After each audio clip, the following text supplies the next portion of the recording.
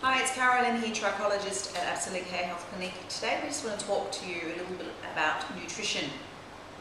When we talk about nutrition, we're talking about what the body actually needs and what the cell needs to function correctly. So nutrition covers a broad spectrum of things that are required for the body to work. So here when we're doing hair loss treatments, we have to look right down to the basic of a cell to say what is the cell lacking. So you've got your symptoms, which are the different illnesses and things that are triggered to hair loss, but the base causes tend to always stem back down to nutrition. So in nutrition, there's things that we need like minerals, essential fatty acids, vitamins. The vitamins are supposed to create the antioxidants. So for our mineral supply, we're supposed to get our minerals from the soil. But here in Australia and other parts of the world, the minerals are no longer in the soil. And then we look at the plant that's extracting the minerals from the soil. The plants have been had pesticides used in chemicals and different types of things, and they're always harvested a lot quicker, and then they're processed and packaged. And by the time they reach us, we then cook them. So by the time you eat the food that is supposed to provide you with the minerals, there's nothing left. So when I challenge people to try and find the food, which we're talking about animal food and plant food, to provide your minerals, it's really difficult because you have to go back and say, where am I buying my food from? And some people might say a local supermarket, and we say, okay, well, you need to go in then and ask and say, where was the food grown? And that's really difficult to trace back. If we're going to local farmers markets, then again you have to say what's in the soil. So it's not just what we call organic farming, it's what is in the soil where the plants are grown that is providing the minerals. So that can be quite time consuming and difficult, as I said, to trace back. So when I'm doing hair loss treatments, I find it's more convenient for most of my clients to use supplementation. So when we're speaking of minerals, it needs to be plant derived and it needs to be colloidal mineral, and it has to be toxic free, chemical free and pesticide free. So again, to try and extract all of that from your food, it's much easier to use a supplement than a specific type of supplement that you need to use as well. So minerals are the precursors to a lot of other functions in the body. The next thing is essential fatty acids, which should be provided by plant foods again, and also by our animal food that we consume.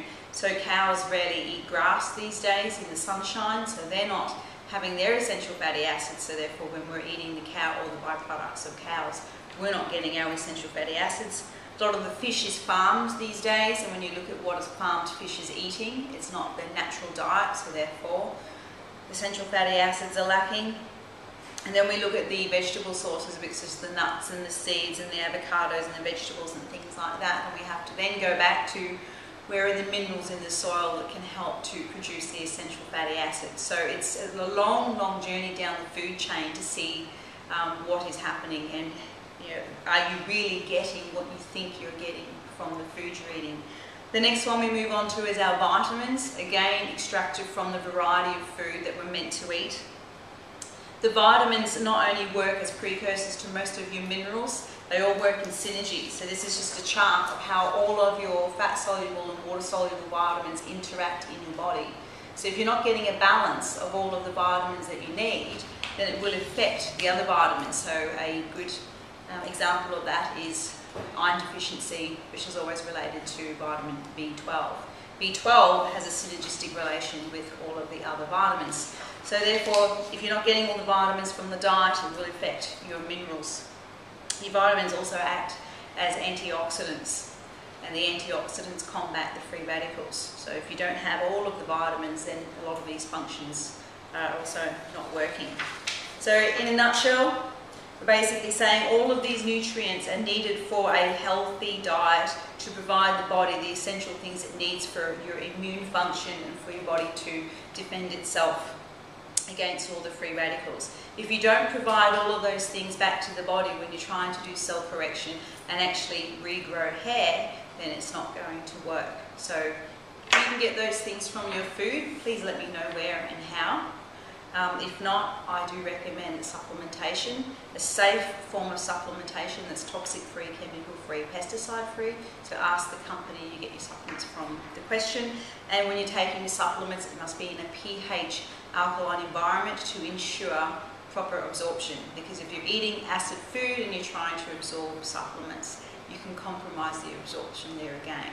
So we do help you to learn these things, and it's all about getting the result, which is growing healthy hair at the end of the day. So I hope that helps to make a bit of sense about why we use supplements in nutrition. But again, we're also always open to finding the right food sources that we can get these nutrients from nature, how it was intended to be. Thank you.